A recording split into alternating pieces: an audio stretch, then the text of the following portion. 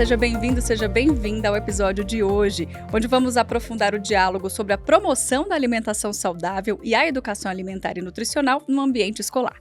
A gente vai explorar como esse alimento que chega à nossa mesa percorre um caminho desde o campo até as cozinhas escolares e como esse percurso pode nos conectar a práticas alimentares sustentáveis, valorizando a cultura e as memórias familiares. A gente vai falar também sobre o papel da comunidade escolar, incluindo professores, alunos, merendeiras, famílias e, claro, os nutricionistas, para tornar a alimentação escolar uma experiência de aprendizado e prazer. Vamos entender como a cultura alimentar e os valores compartilhados influenciam as escolhas e como a gente pode inspirar os estudantes a valorizar a alimentação do PENAI. Para o bate-papo de hoje, eu vou chamar a Thaís Salema, que é nutricionista, professora associada da Escola de Nutrição e do Programa de Pós-Graduação em Segurança Alimentar e Nutricional da Universidade Federal do Estado do Rio de Janeiro, e também a Maria Aparecida Araújo, que é nutricionista da merenda escolar do Estado de Pernambuco desde 2019 e professora na disciplina de Educação Alimentar e Nutricional e Nutrição na Sustentabilidade. E claro, aqui ao meu lado, no estúdio, a gente tem o Daniel Bandone, que é nutricionista e também é doutor em Nutrição e Saúde Pública e coordenador de Segurança Alimentar e Nutricional da Coordenação Geral do Programa Nacional de Alimentação Escolar do FNDE. Tudo bem, Daniel? Bem-vindo. Tudo bem, saúdo também a nossa audiência, a Thaís, Aparecida, agradecer pela presença. É isso, Cida, já sei que você gosta de ser chamada de Cida, então Cida, muito obrigada pela presença, bem-vinda. Eu agradeço, pelo convite, espero estar contribuindo um pouquinho da minha experiência com vocês. Thaís, seja muito bem-vinda também ao nosso episódio. Agradeço o convite, para estar aqui nessa roda de bate-papo e poder falar para essa rede incrível, da alimentação escolar no Brasil. Então vamos começar, Como é que esse alimento chega à nossa mesa e como é que isso dialoga com a promoção da alimentação saudável e adequada e a EAN? Vou começar então contigo, Thaís. Muito bem, essa é uma pergunta ótima, que ajuda a gente a pensar na alimentação de uma forma mais ampliada. E aí isso me lembra uma situação, uma experiência que eu vivi, numa oficina com jovens lá em Recife, e aí estava nessa oficina com uma comunicadora e ela estava nessa conversa, de repente ela começou a apagar e acender a luz. Apagar e acender a luz. Ela falou, gente, olha que incrível. A gente aperta nesse botão e chega a luz. O que será que acontece para essa luz chegar até aqui? E a mesma reflexão acho que a gente pode fazer para a comida, com as crianças, com os adolescentes na escola, O que acontece no mundo para essa comida chegar até o nosso prato? E muita coisa acontece no mundo, Então, alguém tem que ter acesso à terra para plantar, acesso à água, tem que saber plantar, colher, conservar. E aí, se for comercializar, você tem que armazenar, distribuir, tem transporte, alguém tem que comprar, alguém comercializa no mercado, na feira, a gente compra, tem que se organizar para isso, alguém prepara essa comida para chegar prontinha no nosso prato gostoso, a gente come, e o que sobra desse processo todo, de lixo, descarte? Então, a gente chama isso de sistema alimentar, Muita coisa acontece no mundo, na sociedade, para fazer essa comida chegar no nosso prato, Então, às vezes é uma pergunta simples dessa, que aparentemente simples, Porque tem muita complexidade aí que envolve alimentação, que a gente pode fazer na escola, Para pensar de onde vem, para onde vai, Tudo que envolve, se é um trabalho justo, se não é, quantas pessoas participaram desse processo, enfim, se tem cultura ali, não tem, quais os impactos desse processo para o meio ambiente, os aspectos econômicos, culturais, enfim, é muita coisa que dá para conversar. E na escola, por fim, é entender que a alimentação está todo dia, acontece todos os dias na escola, no refeitório, na cantina, nas festividades. Então, é um elemento essencialmente pedagógico, é muito rico, é um tema riquíssimo para a gente trabalhar em sala de aula, fora de sala de aula, Então, reconhecer a alimentação como um elemento pedagógico, pensando dessa forma ampliada, conectando com o dia a dia, com o prato, com a comunidade, com a casa, com a família, é uma oportunidade incrível, de promover a alimentação adequada e saudável e trabalhar esse recurso, esse elemento como um aspecto pedagógico. Verdade. Cida, você vive isso muito na prática, Conta um pouquinho, então, como é que você trabalha isso, essa questão dessa jornada toda do alimento até chegar no prato das crianças. Pronto. Esse tema é maravilhoso, trabalhar com todas as idades. Com criança, com jovens, adultos, é ótimo. Crianças, a gente trabalha mais na parte lúdica. Então, se a escola, a creche tem um espaço legal, por que não fazer a horta e mostrar na prática, né? Então, aqui a gente trabalha muito na prática.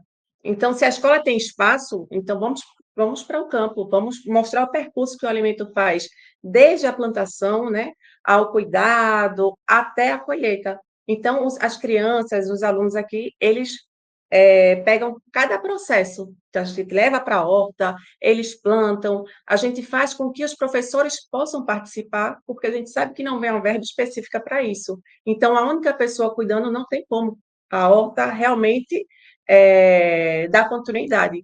Então, como também já tem na matriz curricular Educação Alimentar e Nutricional, a gente faz com que os professores participem também, né, dessa atividade de Educação Alimentar e Nutricional, e a gente também chama a comunidade escolar para poder estar participando e não sobrecarregar todo mundo. Então, a gente pega essas crianças, vai lá, mão na horta, planta, cuida da agoa, cuida tudinho, e no dia da colheita, a gente faz um dia especial. A gente pega essas crianças, faz a colheita, vai na cozinha, chama as tias das merendas, né, as merendeiras, as agentes da alimentação escolar e prepara a comida com eles.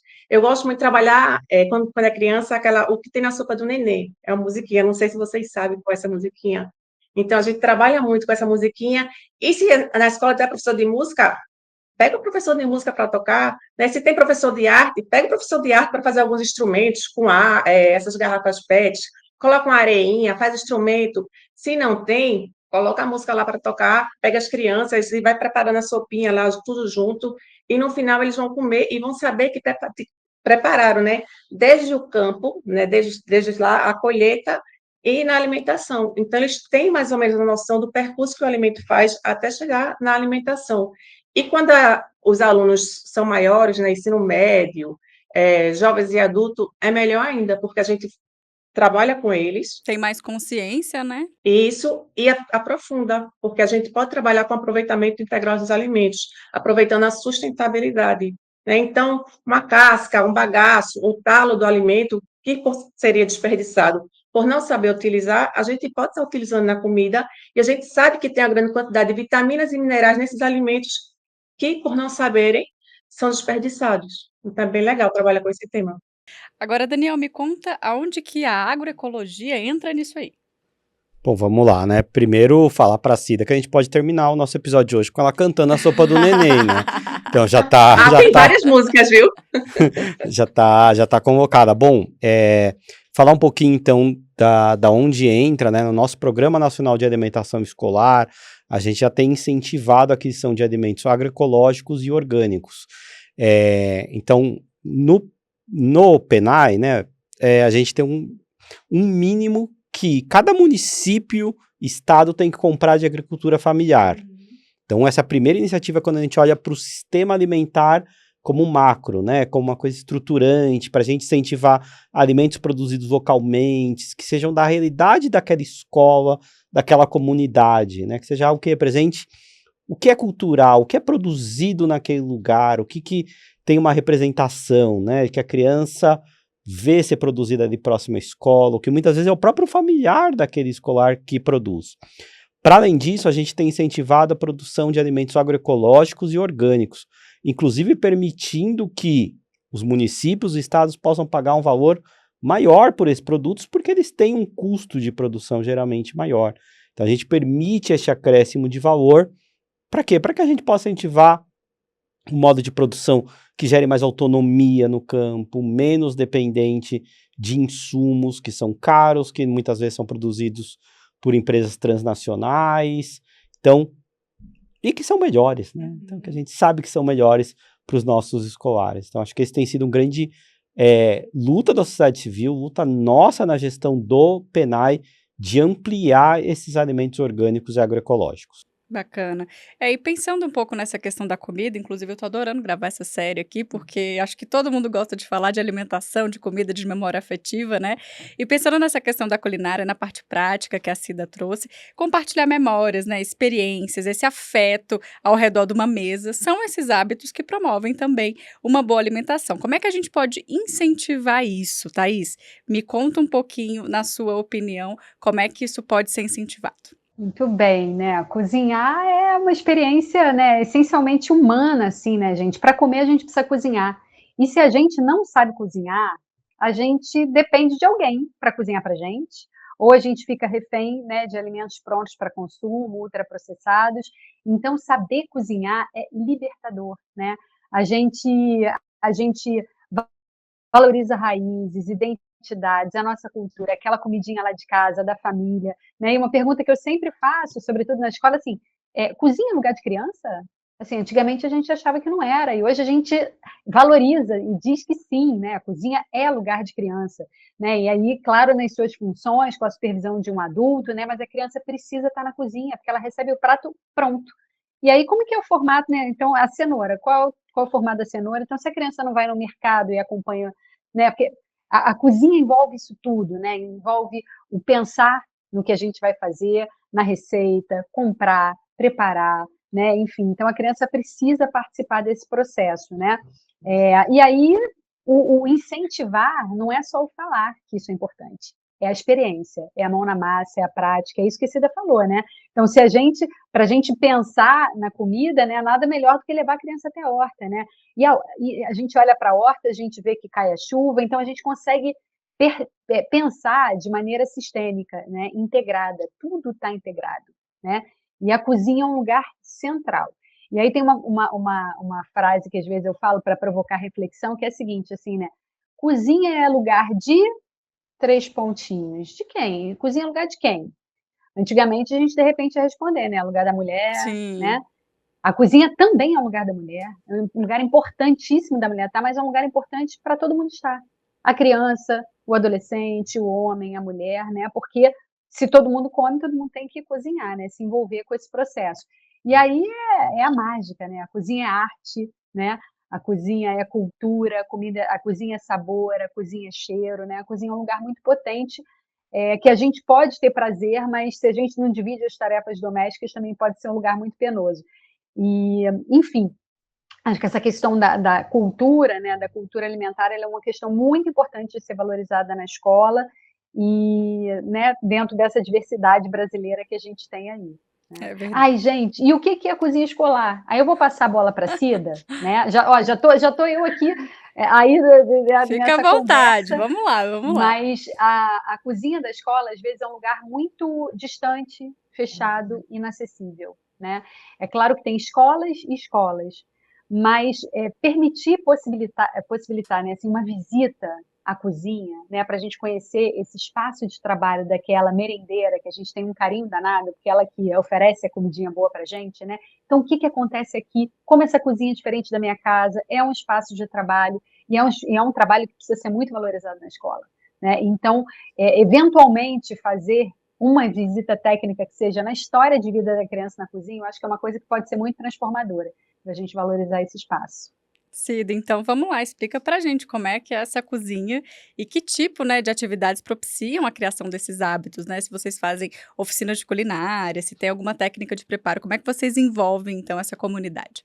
Bom, então, eu vou fazer uma breve explicação, mas bem rapidinho, tá? Vamos lá. Então, quando a gente lembra, né, de memórias, a gente lembra a história da alimentação. Então, como foi que os homens, de acordo com alguns historiadores, tá? Como foi que eles começaram a se alimentar? Olhavam os animais, né, caçar, comer as frutas e começaram a seguir o modelo. Aí, o que é que tem a ver com a história de agora? Não mudou, a mesma coisa. Na parte do estado, daqui de Pernambuco, os alunos do ensino médio chegam na escola de 7 horas da manhã e ficam até 5 horas da tarde. Então, o que é que eu quero dizer? Eles vão se espelhar em alguém. Se a gente oferta uma alimentação de qualidade, né? Se a gente tem um local para que esses meninos possam estar fazendo a sua merenda, a gente está fazendo o quê? Memória afetiva, né? Se tem um local legal, a gente está fazendo um momento prazeroso com a alimentação, não é isso? Então, eu sempre digo que é importante. E se tiver um espaço legal na cozinha, vamos levar os meninos para a cozinha, vamos cozinhar, né, no horário que não seja da merenda. Né? Nas escolas, eu sempre gosto de trabalhar muito com o professor. Então, se não tem como trabalhar na disciplina, vamos montar uma eletiva. Né? Se a escola tem espaço, tem verba, vamos fazer uma cozinha experimental. Então, a gente tem grande em algumas escolas da gente aqui do estado, a gente tem cozinha experimental para fazer eletiva. Então, os alunos vão para a cozinha experimental, vão fazer receitas com os professores. Quando a gente tem a oportunidade, a gente pega a comunidade para fazer receitas também. Então, a gente também tem eletivas de alimentação saudável, onde a gente pode estar explicando, né, a importância de alimentação saudável, fazer essa memória efetiva com os estudantes, fazer com que eles tenham prazer em cozinhar, em fazer a comidinha, ver a importância daquela comida. Então, a gente pode estar fazendo com que esses meninos possam ter pressão alta, diabetes, colesterol elevado, obesidade. Então, fazendo eletivas, a gente tem como trabalhar com esses estudantes e mostrando a importância da alimentação saudável na escola. Então, bem legal. Trabalhar a eletiva na horta também, então, como eu falei anteriormente, a gente vai na horta, colhe, pega aquele alimento, vai para a cozinha, faz novas preparações, mostra a importância, né, de um alimento orgânico tirado lá da horta pelos meninos e vai cozinhar. Então, isso é bem interessante. Que legal. Daniel, em relação a como incluir, né, as famílias também nessas atividades, que a gente está falando aqui da questão escolar, mas a gente sabe que a criança volta para casa e que esse exemplo precisa também vir dessa família, né? Vamos lá, né? Primeiro só quero fazer um complemento, acho que falar aqui um pouquinho como professor de alimentação coletiva, dessa importância do comer junto, né? A gente muitas vezes esquece quão rico é a experiência de compartilhar a mesa, principalmente na nossa cultura, né? Na nossa cultura latina, né? Onde comer junto não é só estarmos juntos fazendo a mesma refeição, é compartilhar sonhos, esperanças, angústias, expectativas. Então, é muito bonito um país oferecer para todos os estudantes, na educação básica, eu estou falando da creche, daquele menino ali que está no berçário ainda, até o que está lá no final do ensino médio, né, que já é um adulto, né, que já está saindo da adolescência, dizer, você pode comer na escola, você vai comer de graça, e vai partilhar essa refeição com seus colegas, com seus amigos. Então, acho que isso é uma declaração muito potente de quem acredita no poder transformador da educação e que comer é parte do ato de se educar. E aí, feito todo esse preâmbulo, para dizer que a família é parte integrante desse processo.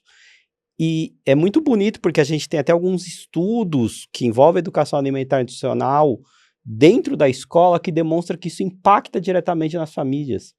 Porque a criança, o escolar, ele é um porta-voz, ele é alguém que leva esse conhecimento para casa, ele fala, eu comi isso, eu vivi essa experiência dentro da escola, isso tende a impactar todos aqueles que estão ao seu redor, então é muito transformador, mas também a família como parte da comunidade escolar, né, como atores desse protagonismo, muitas vezes a família ou através dos nossos conselhos de alimentação escolar, né, que os estados e municípios são obrigados a terem para receber o recurso do PENAI, dialogando, construindo esses cardápios juntos. Então, já participei de vivências, por exemplo, da comunidade escolar, porque tinha um forte fator de pessoas que migraram de outra região do país, por exemplo, pediam um alimento que jamais seria comprado. No caso, era o maxixe.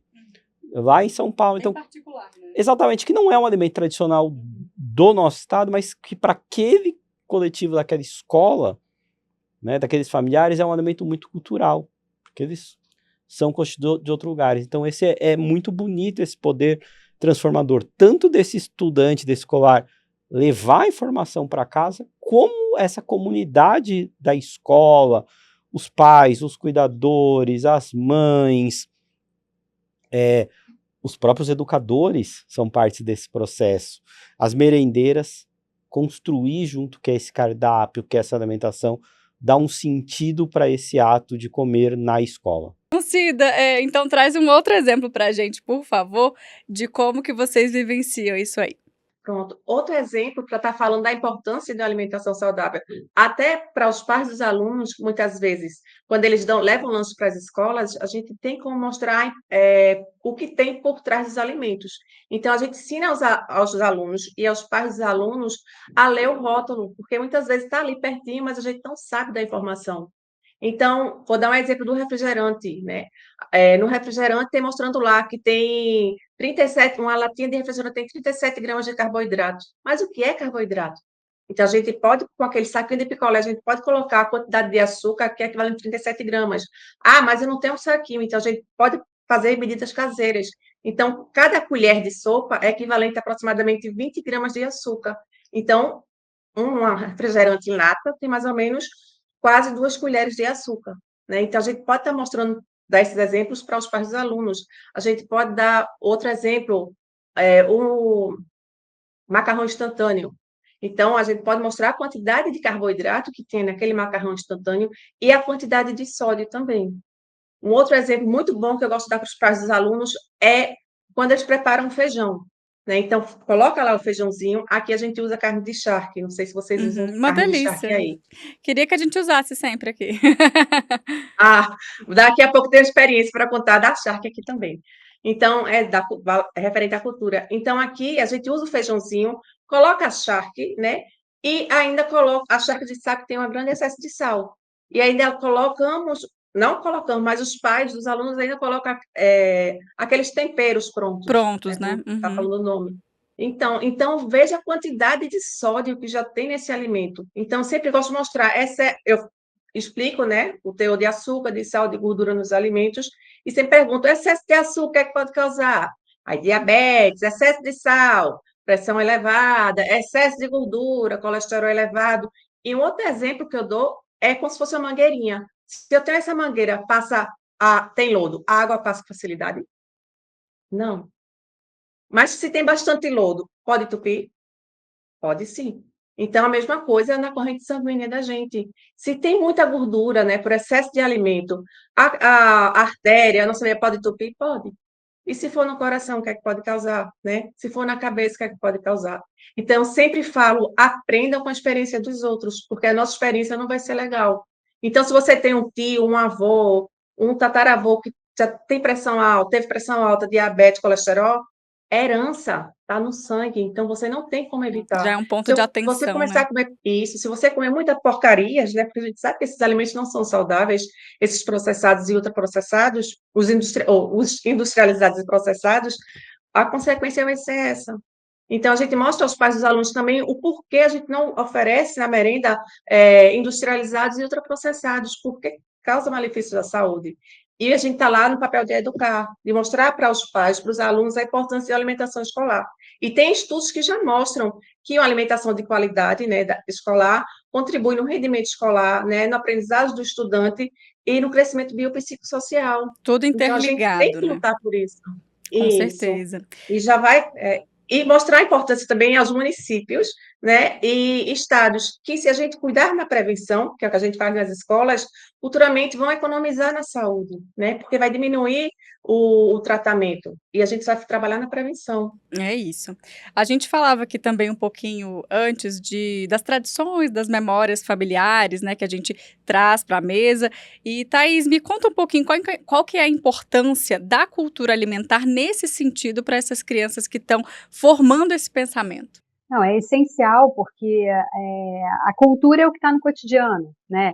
E nada melhor do que a gente falar do cotidiano de vida, né, para a gente poder aprender, né? Porque às vezes a gente, quando a Cida traz aqui esses elementos, né, da diabetes, da hipertensão, para criança, a Cida trabalha com público de adolescente, né? Mas para criança às vezes fica difícil da gente associar o que é isso, né? Enfim, é importante a gente falar de tudo, né, de todos os aspectos. E a alimentação envolve todos esses aspectos. Em geral, a gente associa muito a alimentação à saúde. Mas a saúde envolve questões econômicas, culturais, ambientais, políticas, geográficas. É direito, não é direito? E a cultura, né? E dessas dimensões todas, eu acho que a cultura é uma das dimensões mais sensíveis, sabe, que a gente tem, porque ela envolve muitos símbolos, significados, né? Expressam sentimentos, né? Pensamentos, desejos, valores daquele lugar, né? Cada lugar tem uma cultura. A gente vive num Brasil que é um país continental. Então, as práticas alimentares, né, que lá do sul do país é diferente das práticas alimentares do norte, seja do plantar, seja de como cozinha, de como come, se come junto, se não come, em que momento, em que horário. Então, a gente tem que ter muito cuidado, quando a gente fala de comida, da gente evitar julgamento de valor, do que é certo, do que é errado daquela forma de comer, né? No Nordeste, a Cida vai poder falar muito melhor, mas a gente escuta muito falar do bolinho de capitão, né? Que você pega ali um pouquinho da farinha com um pouquinho de feijão, você faz o bolinho de capitão e você oferece para a criança. Tá certo? Tá errado? É lindo, isso faz parte da cultura de determinado lugar. E aí, em outros lugares, pode falar que tá errado, né? Ou nessa alimentação, ela é muito revestida, né, dessas prescrições do que pode, do que não pode, do que é certo, do que é errado. Em relação à saúde biológica, às vezes isso até funciona um pouco. A gente tem estudos que mostram né, que determinadas práticas podem ser fator de risco, né, ou de proteção da saúde.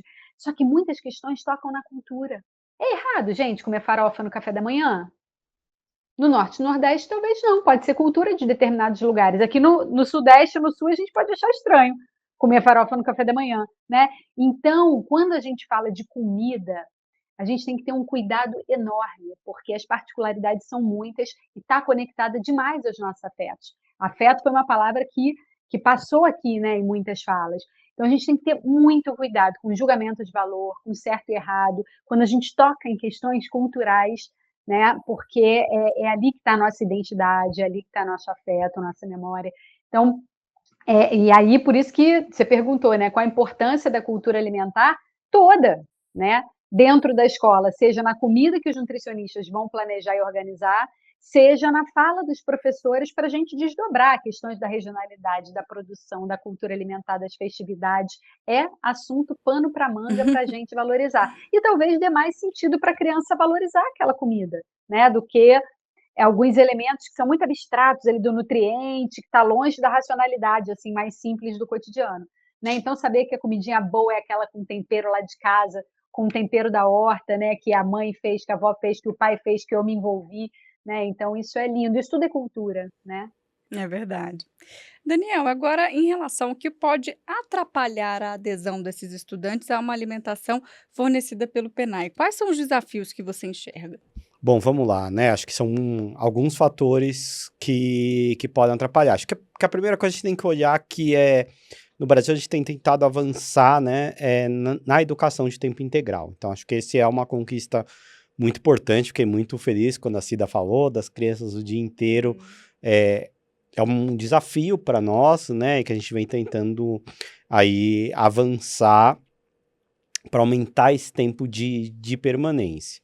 Tá, e óbvio que criança mais tempo na escola também favorece a política pública, porque elas vão ter mais tempo para se alimentar na escola, o próprio horário reservado para alimentação na escola pode ser maior, os horários, né, que você coloca as refeições podem ser mais adequados àquela realidade, àquela própria cultura alimentar. Então, acho que esse é um desafio. Óbvio que você tem alguns competidores, tá, da alimentação escolar. Então, a gente tem escolas que têm cantinas, isso por si só, ok, a merenda, né, o PENAI, ele é gratuito, né, e a cantina não, mas ainda assim é um competidor, né, e muitas vezes a cantina vai oferecer esses alimentos industrializados, ultraprocessados, a um preço muito baixo, porque já sabe do público que ela quer alcançar. Você tem um ambiente, o entorno das escolas, em termos de ambiente alimentar, ele é um local de propagação de comércio de alimentos.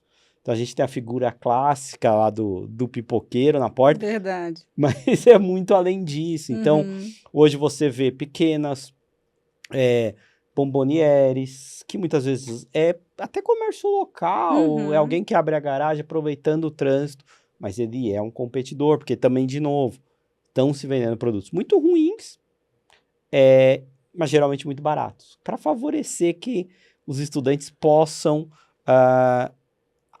adquirir, né?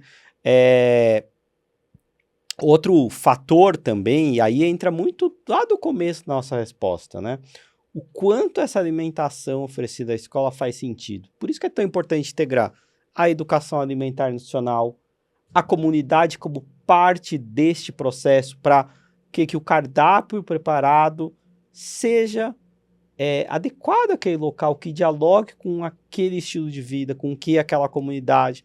Por isso a compra da agricultura familiar, para que a gente tenha alimentos produzidos localmente, que vão chegar na escola muito melhores, com melhor qualidade, então vão estar mais saborosos para o preparo. Então, pensar em tudo isso é um jeito da gente incentivar que eles consumam mais a comida na escola, né? A gente não vai conseguir dentro da escola dar conta do entorno, nem ao compromisso, Sim. isso pode ter outras políticas públicas, mas sempre vai existir. Então, como que a gente pode usar esse ambiente educacional para promover educação alimentar, para valorizar aquele prato de comida, para que a criança também, o escolar, a criança, o adolescente, o adulto, ele fala, eu prefiro comer a merenda. Uhum. E é difícil, né? Porque a gente sabe que essas indústrias alimentícias apelam justamente para a questão do sabor, né? Para a questão de colocar aditivos químicos que vão roubar justamente aquela palatabilidade que as crianças nem foram treinadas para isso ainda, né? E aí até queria pegar a fala da Thaís, né? Como é importante, então, trabalhar com essa educação alimentar e nutricional.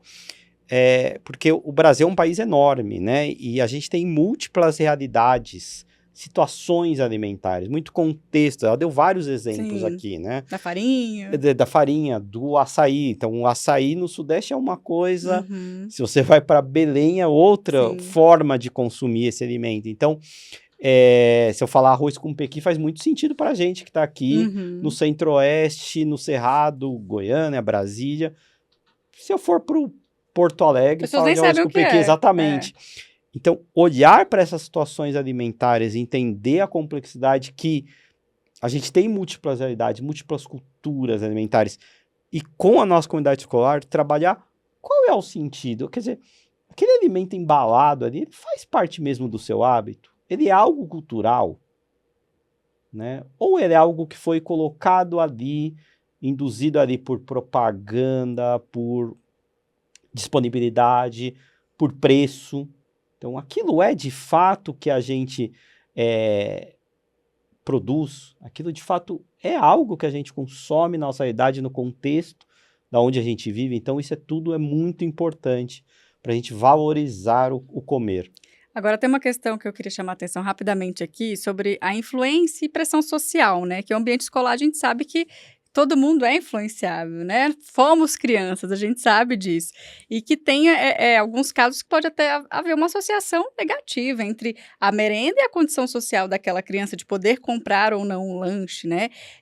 Cida, como é que é por aí? Você sente isso? Acha que é uma questão que tem que ser trabalhada também com os estudantes? Sim, com certeza, né? Então, essa geração Z, né, que todos têm, não todos, mas a grande maioria tem um celular, né, tem acesso à internet, até na escola.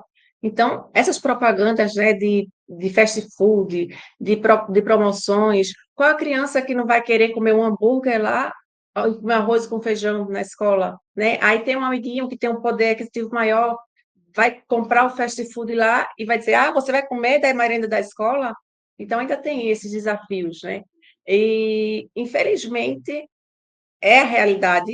Quando eu olho, eu estava até falando com o Thaís, né? A quantidade de nutricionistas que tem em Pernambuco e no Rio de Janeiro. Mas, mesmo a quantidade de Pernambuco, é muito trabalho para a gente fazer, né? Principalmente competir com a mídia, mostrando que a alimentação da escola é a melhor opção para o aluno, né? Enquanto a mídia mostra várias coisas, né, que a gente sabe que está fora da realidade. É bem complicado para a gente, mas a gente não desiste. E posso fazer Claro, uma por favor. complementação aqui? Então, como esse programa ele vai ser certamente, né, escutado por gente de toda parte do Brasil, eu acho que é importante, né, as pessoas saberem que muitos municípios, muitos não, a gente queria que fosse muito mais. Alguns municípios têm legislação que regulamenta a existência da cantina na escola. Tem município que pura e simplesmente proíbe a existência da cantina nas escolas públicas.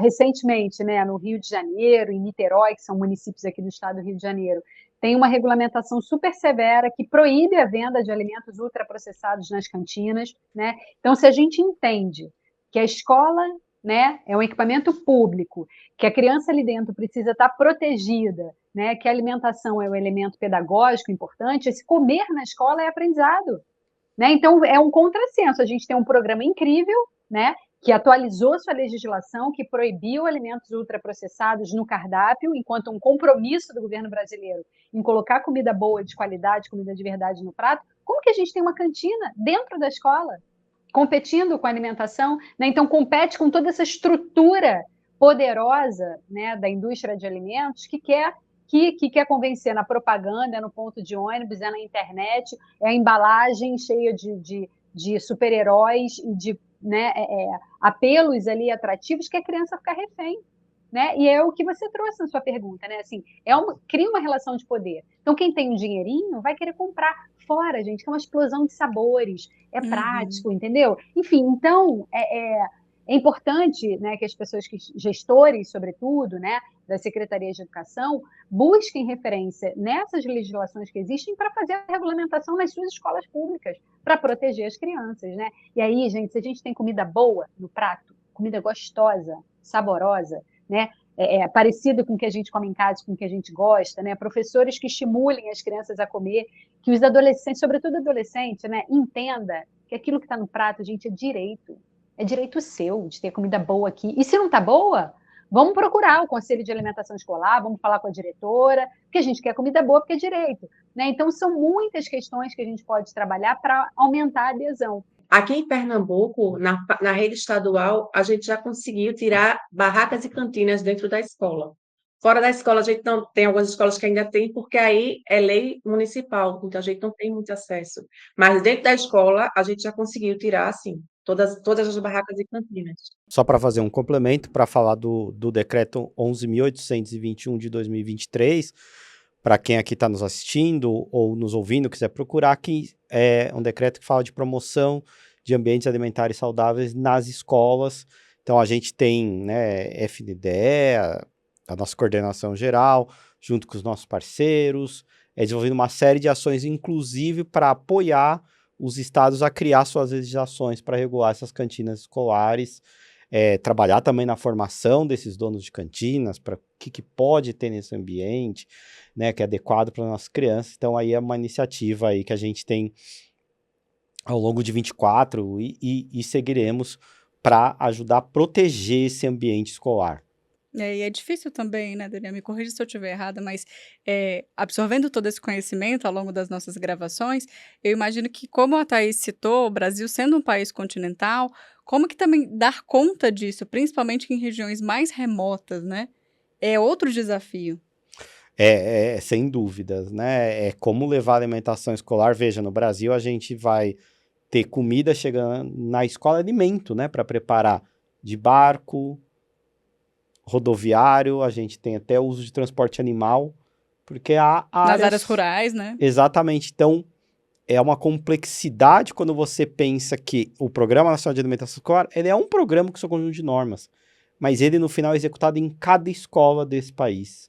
E cada escola tem sua idade de estrutura, de deslocamento, de acesso. Então, como a gente contemplar e apoiar também esses municípios, essas escolas, a melhorar a sua estrutura para oferta, como facilitar que eles comprem alimentos que estão sendo produzidos mais próximos, justamente para você reduzir o custo de deslocamento. A gente tem discutido muito na coordenação geral do programa, ampliar a questão da equidade, né? Como trazer mais critérios de equidade para o financiamento da política, porque os custos são diferentes, né? Os custos para você produzir uma boa refeição, ele é diferente em cada escola, em cada município.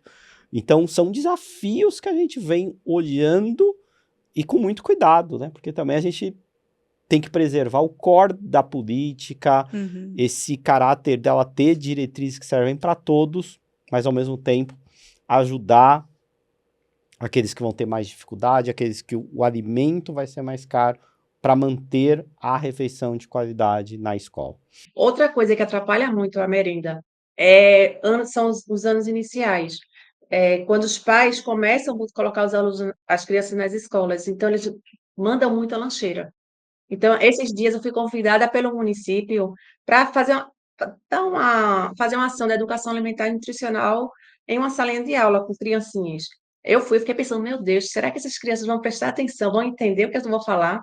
Então, assim, tentei fazer uma dinâmica bem legal, uma coisa bem lúdica, para que eles pudessem entender o que eu estava falando.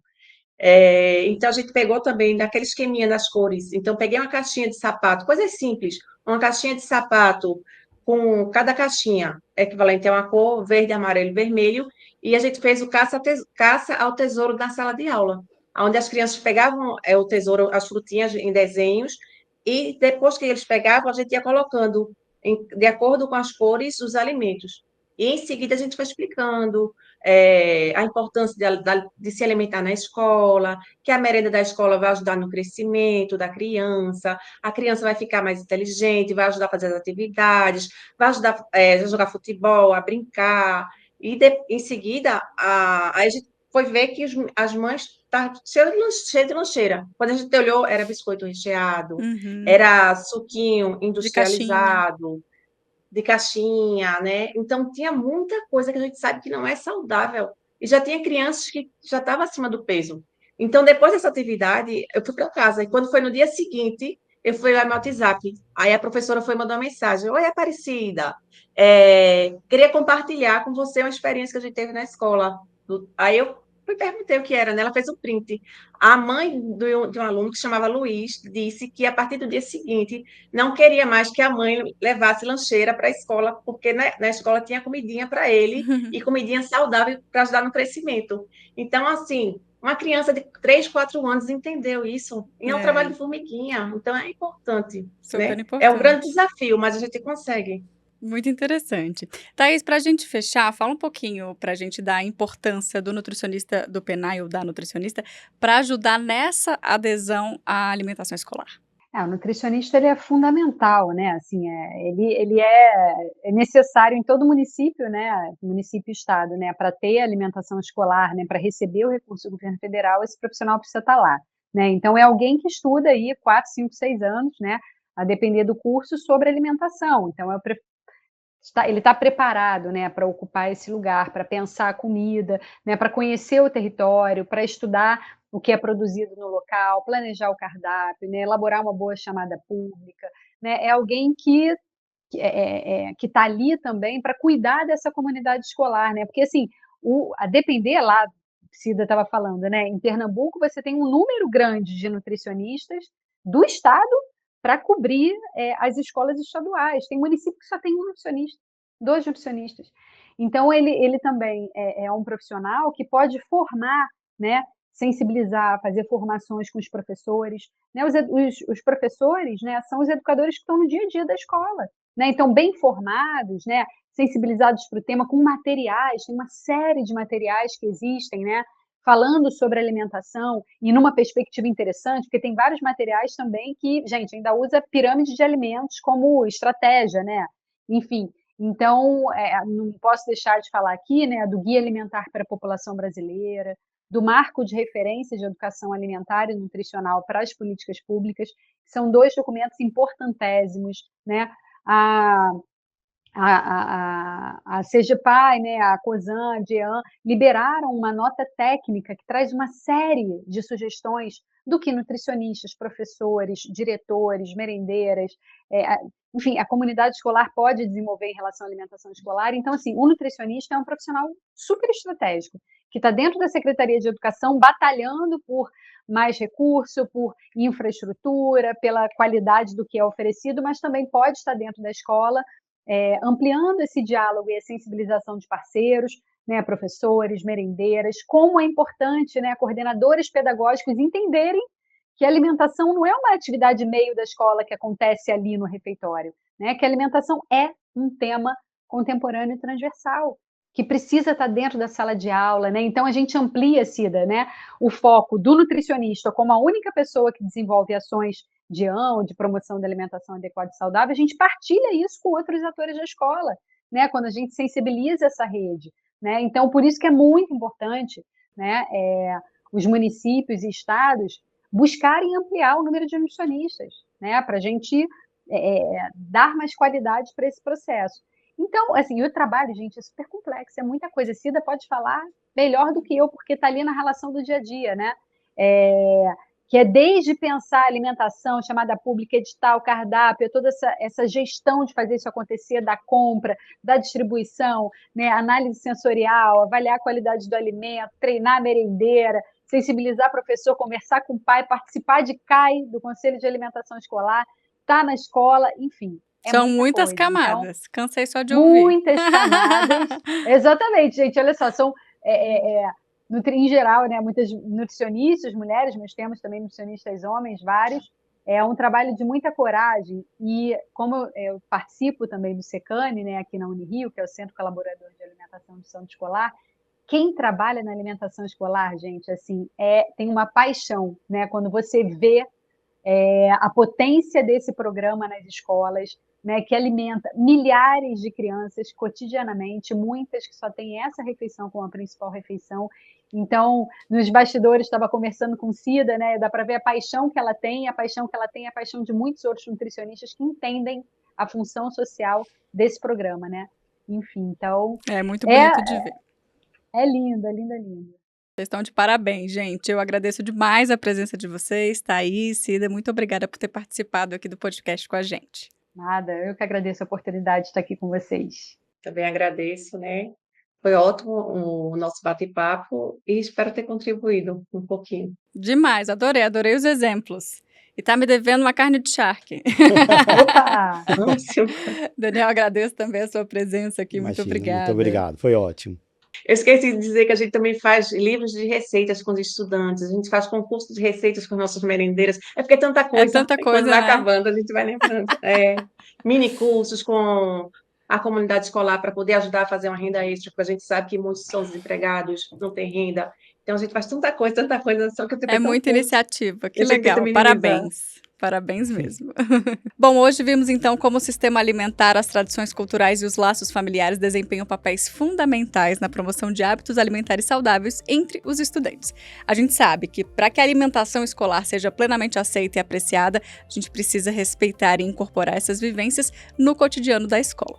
Agradeço a todos que participaram desse episódio e a você que nos acompanhou até agora. Continue com a gente nessa série, porque juntos a gente pode fortalecer a educação alimentar e nutricional. Até o próximo episódio.